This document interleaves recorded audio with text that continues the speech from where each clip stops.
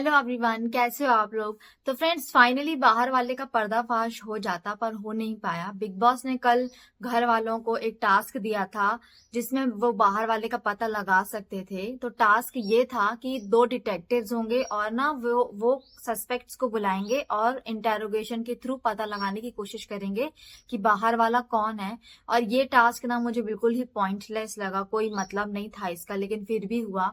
और फिर से एक बार बेइज्जती कराते हुए घर वाले इस टास्क को पूरा करने में असफल रहे और वो पता नहीं लगा पाए कि बाहर वाला कौन है।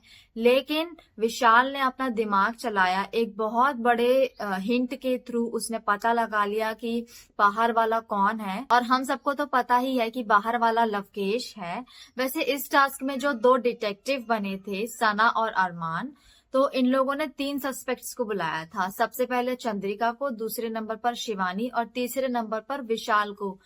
तो विशाल की जगह पर ना अरमान कटारिया को बुलाना चाहते थे, पर सना मकबूल ने अग्री नहीं किया। उनके हिसाब से कटारिया फुद्दू है, ठीक है। लेकिन बाहर आने के बाद उनको पता चलेगा कि जिसको वो फुद्दू बोल रही थी, भाई वही तो घर वाला था, बाहर वाला था। विशाल ने इंटेरोगेशन के दौरान दोनों डिटेक्टिव्स के दिमाग में ये डाल दिया था कि भाई विशाल ही है बाहर वाला, ठीक है, क्योंकि उसको ना पता चल गया था कि कटारिया है बाहर वाला, ठीक है।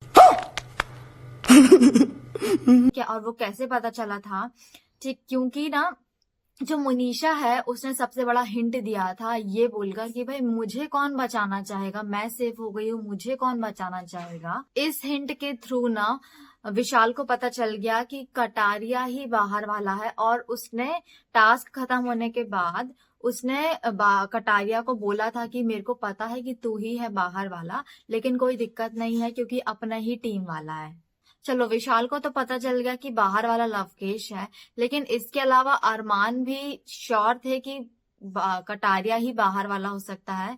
और सना सुल्तान भी इस पॉइंट पर पहुंच गई थी ऑलमोस्ट कि कटारिया भी बाहर वाला हो सकता है, पर क्योंकि टॉपिक घूम गए तो वो और इस चीज में दिमाग नहीं लगा पाई और उन्हें पता नहीं चल पाया कि कटारिया है बाहर वाला।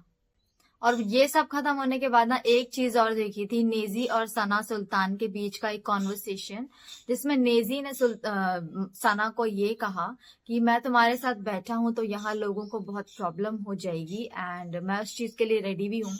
सना ने फिर रिप्लाई करते हुए कहा कि हाँ, मुझे पता है कि प्रॉब्लम हो जाएगी लोगों को, लेकिन मुझे इससे कोई फर्क नहीं पड़ता एंड मैं बहुत खुश हूँ कि मैं ज्यादा उठती बैठती नहीं हूँ, क्योंकि मुझे मेरी वाइब्स पसंद है, मुझे इतना कुछ ज्यादा पसंद नहीं आती है वाइब्स। एंड अगर मैं उनके साथ बैठूंगी तो मैं उनके जैसी ही दिखूंगी, तो मुझे ये पसंद नहीं है। और उसने जो बोला ना वो बिल्कुल सही बोला, मुझे इसमें कुछ भी ऐसा गलत नहीं लगा।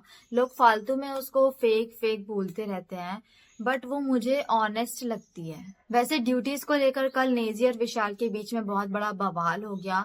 इतना बड़ा बवाल नहीं था, वो इसीलिए बड़ा हो गया क्योंकि कटारिया बीच में आ गया था अपना ये पॉइंट डालते हुए कि उसने ये बोला था कि अगर आप मेरे दोस्त से लड़ोगे तो मुझसे भी लड़ना पड़ेगा। तो वो भी भिड़ गया।